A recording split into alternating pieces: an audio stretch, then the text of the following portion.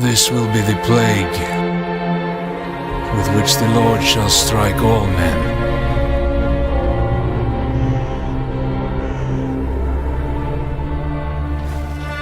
We are all that's left of a city beyond redemption, fulfilling our sacred duty to free the souls of the damned.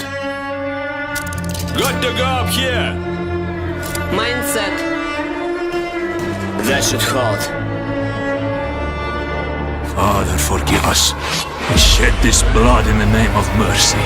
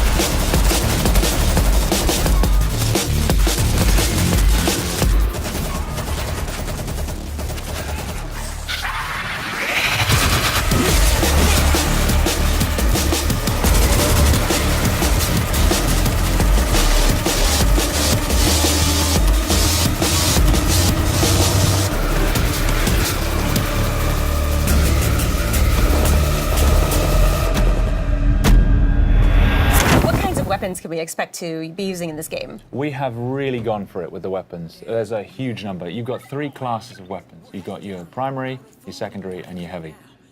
Primary weapons, we've got something for everybody. We've got assault rifles, we've got shotguns, we've got sawn-off shotguns, we've got crossbows with exploding tips, no less. And we've got SMGs, a variety of different of those weapons. Secondaries, we've got silenced pistols, sawn-off double-barrel shotguns. And then heavy, we've got rapid-fire combat shotguns, RPGs, heavy machine guns. We've gone for as much as we possibly can. You actually, like, with your cadence, your speech pattern, and your accent, you sound like you could be like a nefarious, like, weapons dealer. Like, you like opened the trunk and you were just listing off all the stuff you have for sale and stuff. Yeah. Nice work. Have you seen that scene in Taxi Driver where he goes to buy a gun? He's like, "It's a very nice gun. I got this gun here. I got this." That's me now. Nice. All right. Yeah. I'll be Travis Bick. Okay. That's scary, but yeah. Okay. Let's do it. All right. So the hordes of zombies in this game, I think it's very, very unique because, like in the movie, they're going to just be constantly running over each other, and that means that they could be piling on top of each other and then running over the pile. So you know they'd be able to maybe possibly reach you on the second floor, where you think you're perfectly safe. Oh yeah. So I think that's a really interesting thing to bring to this genre, especially. I mean, we're pretty much getting used to fast zombies. You can see right there, they're actually pyramiding up now. Oh my God. And climbing the walls. To me, that is terrifying. If I was playing this game, I don't know. Well, it's great because the guys have put such an enormous amount of work into the physics system that governs those zombies and how they move. And so you're never safe anywhere. There's nowhere to hide. They will climb the walls, they'll climb over buildings. And actually, when we were designing the zombies, we put a lot of thought into the psychology of the zombie. Because, of course, they have no fear. They're not like another enemy where you can break their morale. They're not afraid of their own, they're not afraid of injuring themselves. So if they see you, they will throw themselves from the rooftops.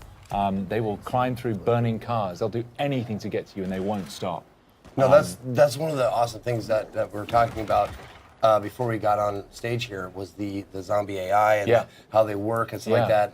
And I've always liked the idea better of an intelligent or a more like a hunter zombie. Also, can we call them Zeeks? We can call them Zeeks. By the way, zombies are sometimes called Zeeks in this game and in the books and the movies and stuff. So let's call them Zeeks from now on. You heard it here.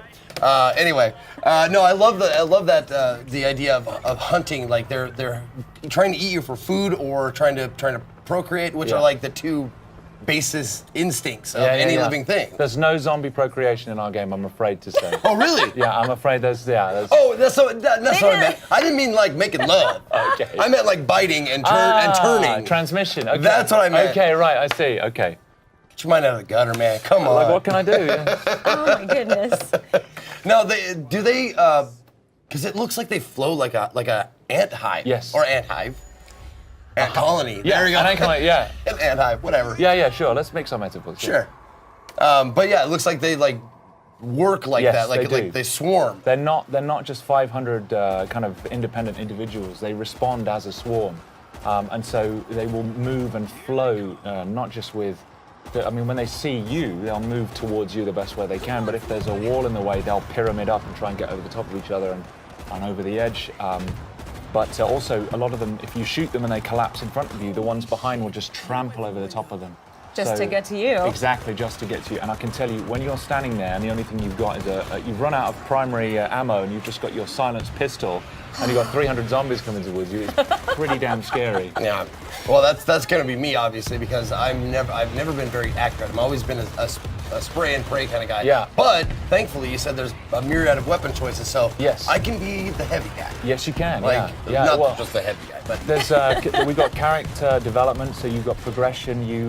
As you build up experience, you can develop your character. You specialize in a class. You have a skill tree. You've got weapon progression as well, so you're customizing your weapons and building up on that. So there's just so much room for growth in the game. Can you tell us more about the characters? Are these player created or are these specific characters that you've written? Yeah, so we've written these characters. We've put a lot of thought into their backstories. What I like so much about the book is there's a lot of normal people who survived in the war because of characteristics they already had.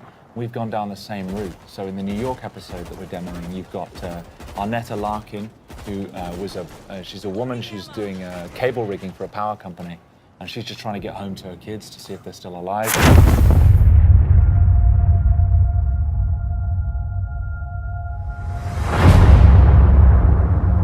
It's been 15 years since the fall. The city is a corpse, and we are the worms. We burrow in it,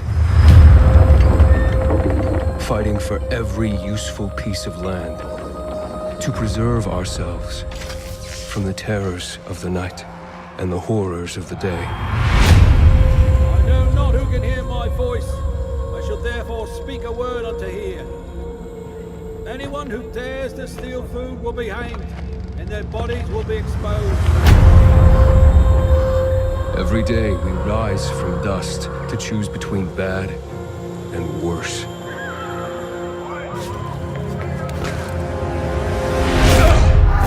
Get him! You're dead now!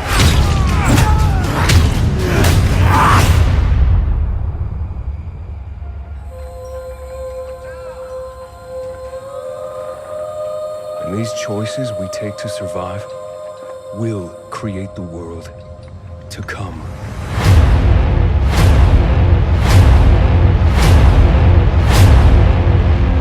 You know the drill. Get to the nearest safe house and wait until dawn. Good night. And good luck.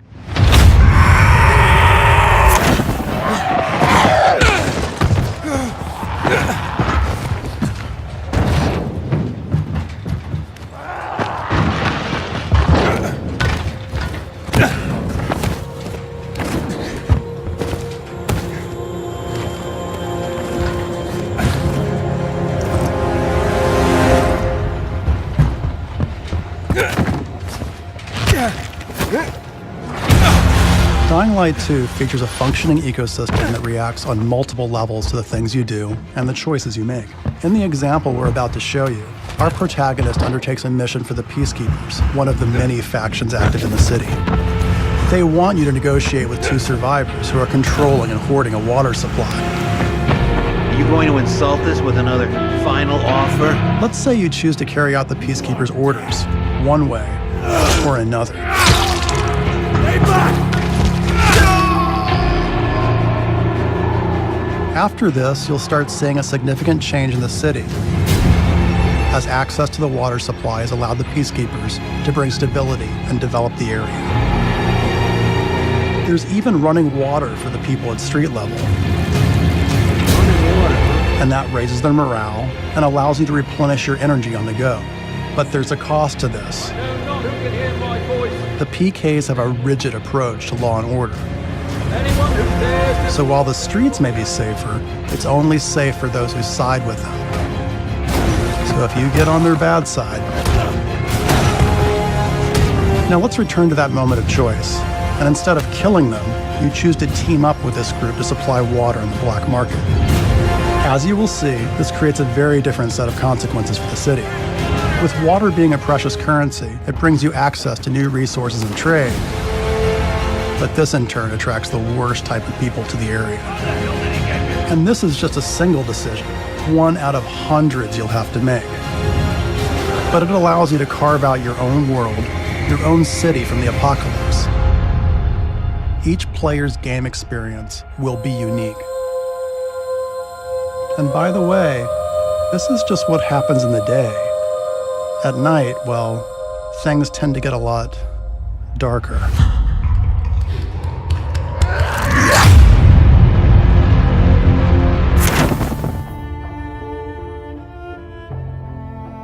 Someone asked me once if I remembered how it all went down. As if it happened so long ago that anyone could forget. So yeah, I remember. I remember when our homes and our towns turned into graveyards. When the wilderness became our only hope for survival.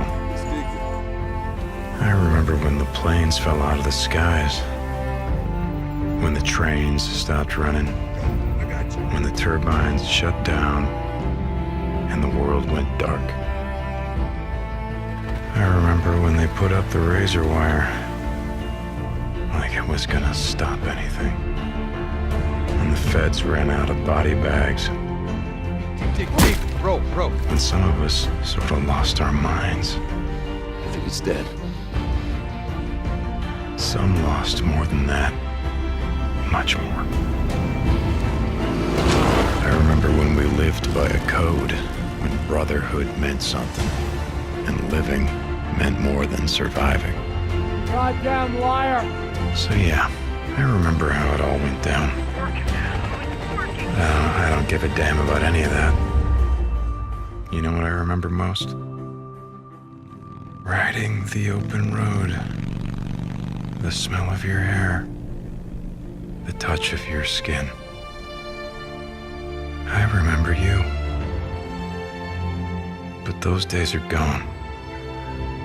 Now I'm a drifter. A bounty hunter. A mercenary.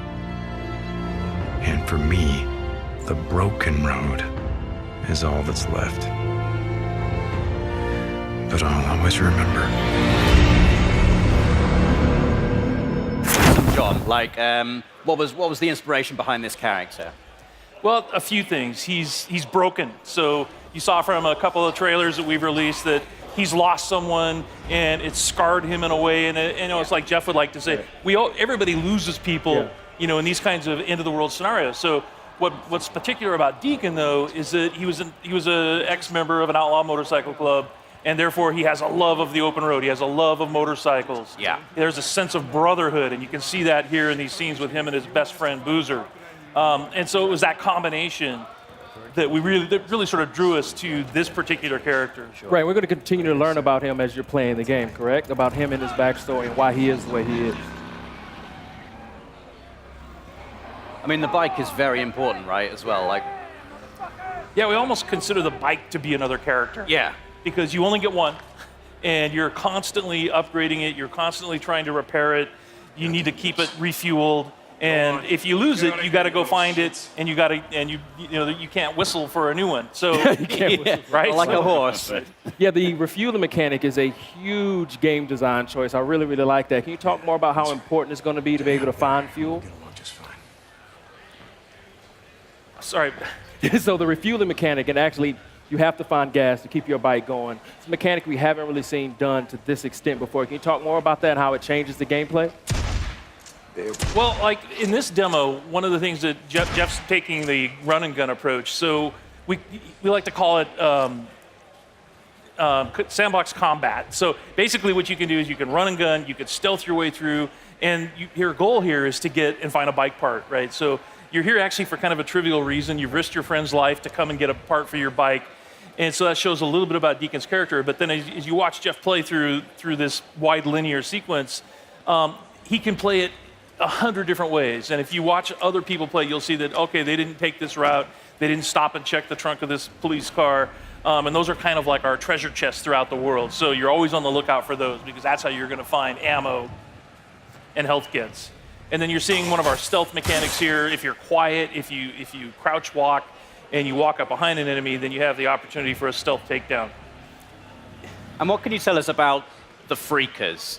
Because they're quite unique. And we've seen, a fair few undead enemies in video games before. What makes the Freakers unique? And what was your decision-making behind making them the way they are? They're alive.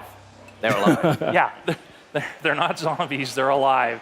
And so that sounds trivial, but it's not, because it basically means we have a full day-night cycle in the game. Right. And they have things that they do. There's an ecosystem, and they have to eat, they have to drink, they have to hibernate. And so you will find them, like in this scenario, you'll see that there's some nests, and Freakers build nests for reasons you discover while you're playing the game. And then you can take those nest zones out in order to free up fast travel routes. So it becomes part of the metagame. But Freakers are evolving. They're living creatures who have been affected by this virus. And there's several different types. And some of our trailers you've seen, we've shown the Screamer, which is a female that can have sort of alarm system that will bring in more Freakers. Right. We have the infected bear, so it infects animals. In our last trailer, we showed mountain lion and the crows. Right, so you have so it's just it's a wide variety of challenges for the player. And like we said, the world comes for you, and that's part of it. Is that these creatures are always after you, and at night they're stronger. Yeah. If it starts raining, they become stronger. But I've seen in previous trailers Deacon actually utilizing the Freakers as a weapon against his enemy as well. So you can actually use them to your advantage as well as the environment itself. Yeah, absolutely. We call it the Freakosystem. So in this scenario, there's not a lot of chance for that, but if he were fighting Marauders or Rippers, then he could find a nearby swarm. It's an open world, so you can just explore. You can find other tools like a swarm or a Freaker bear, and you could bring them into an enemy camp and watch the sort of mayhem that happens. I guess you've got to be careful, though. You don't get kind of sucked into it. Yeah. I like this gun, you guys. So you have melee combat and you have gun combat. Can you talk about how you designed and balanced for both? It's like so many different scenarios require the player to determine how they want to play it, right? So that's why we have like this full set of stealth mechanics. We have a full set of weapons that you can upgrade, and in order to do that, you have to go to the human encampment. So there's survivor encampments in the world, the only places in the world where it's safe. And you have to do jobs and missions with them in order to earn trust. And then once you earn trust, the merchants there will sell you them. Ah, I like that. And then it's like, and if you want to upgrade your shotgun, or you want to buy a silencer for it, then you have to have enough trust at that encampment in order to do that. Boozer, you there? I found the part. I'm heading Got the bike part.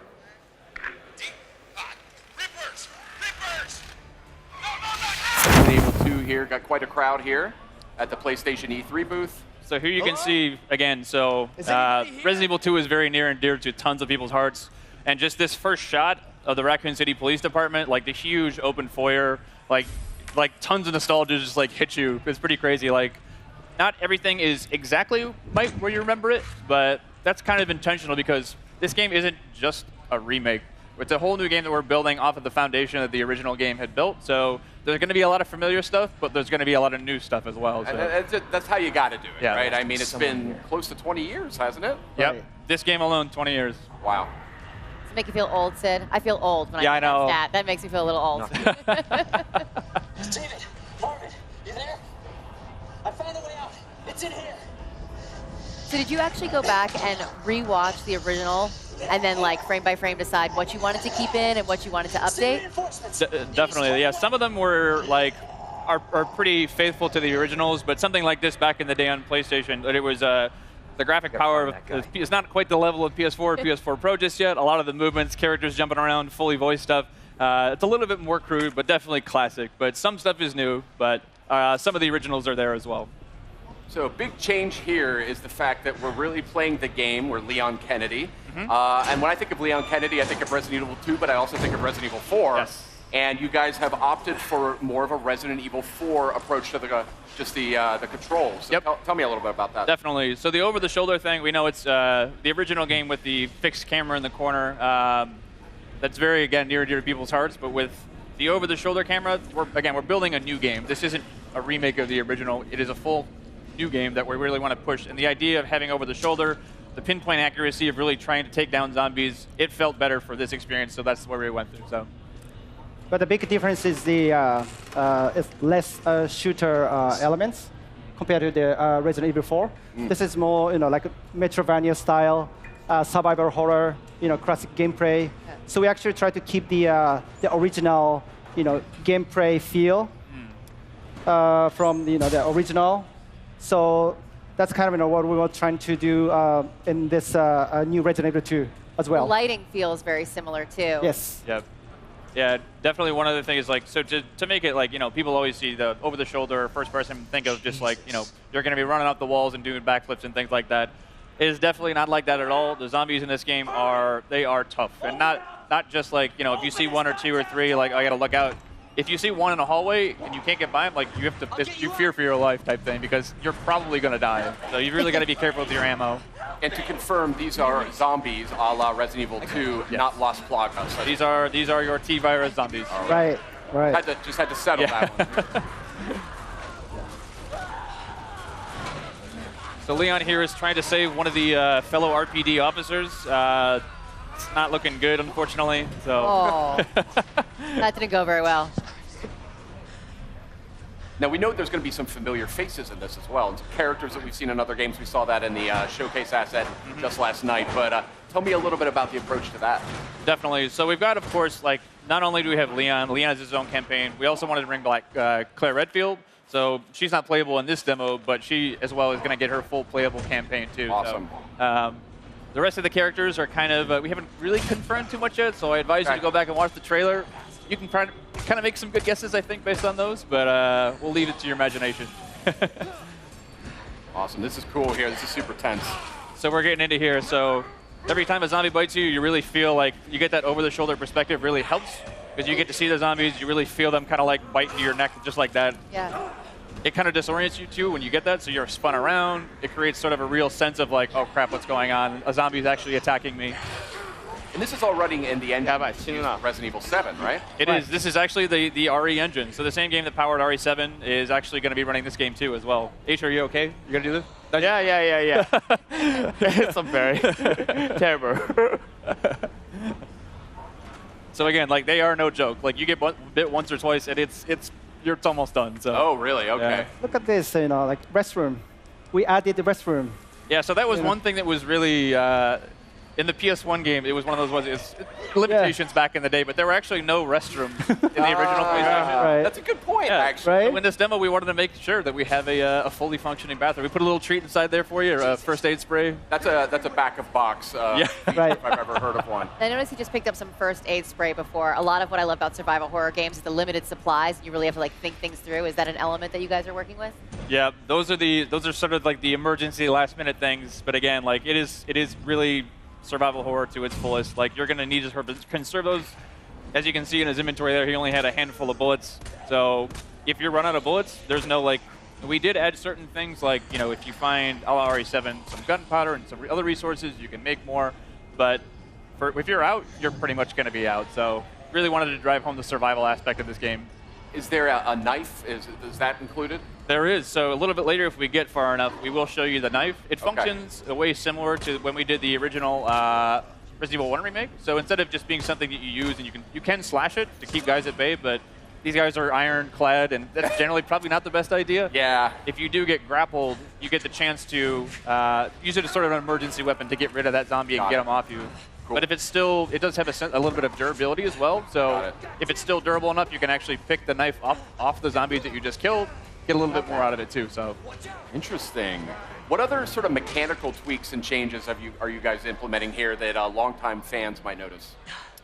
definitely. Kana-san, you want to take this one? Well, yes, the gameplay mechanics. So since we actually feature now over the shoulder camera view.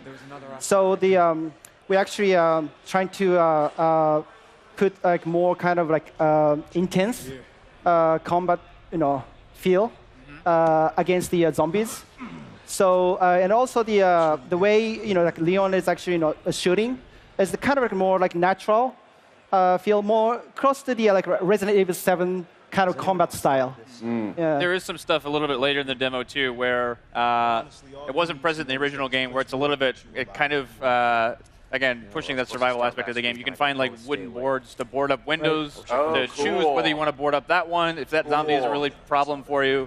Otherwise, you can save it later in case something else comes up, but it really is about that choice of how do you want to play. That is cool. That's something I've always wanted to see in more like zombie games. Is right. The ability to fortify. You know what I mean? Stuff. Because that's like the first thing you're going to do, right, if you were in a real zombie attack. Board everything up. And you're obviously Sid and I are big Resident Evil fans, but for those out there that maybe haven't approached the franchise before or something, do you feel like this is a good title to start with? Mm-hmm.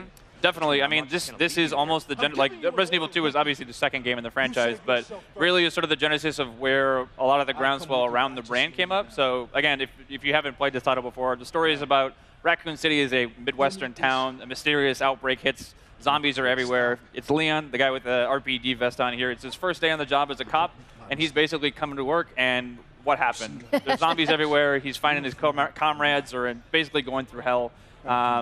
And Claire Redfield, who is the other character in the game, she's a college student. She's looking for her brother Chris, who works in the Special Forces. And they basically fates intersect, and you'll be able to sort of see each other's perspectives throughout the game. So now he's got the combat knife. Yes. So here we have our knife. Yeah. That we get from Marvin. Marvin, yes.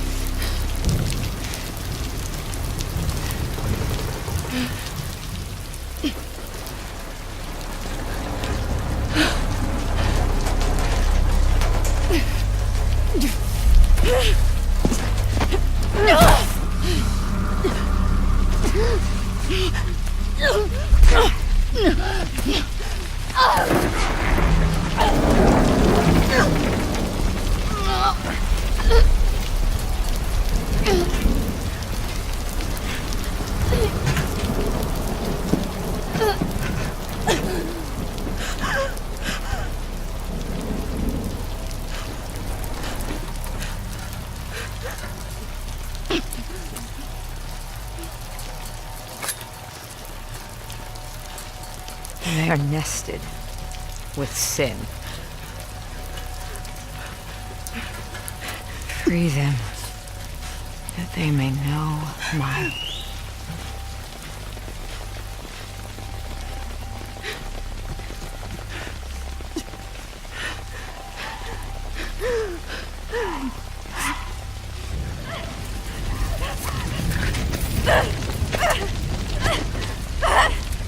Yara!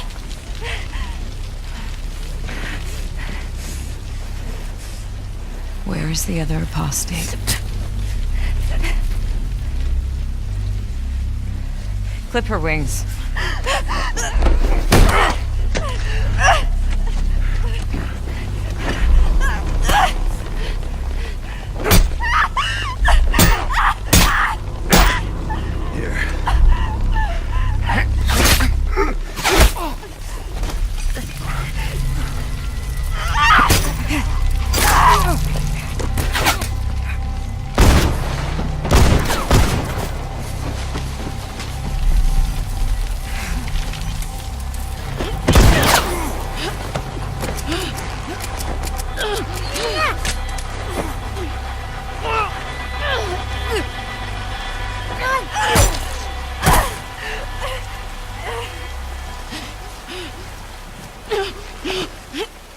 Yara.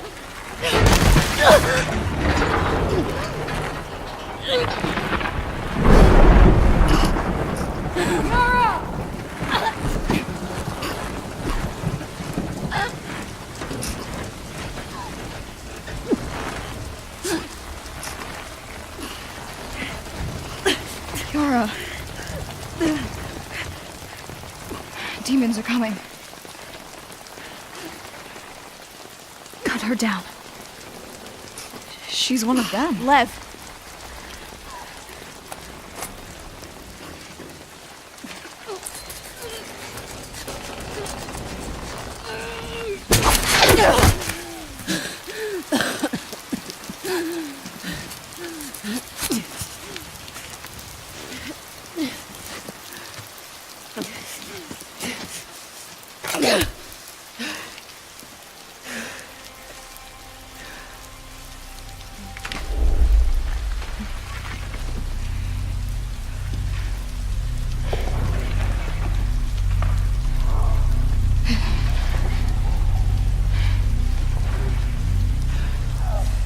Watch your backs.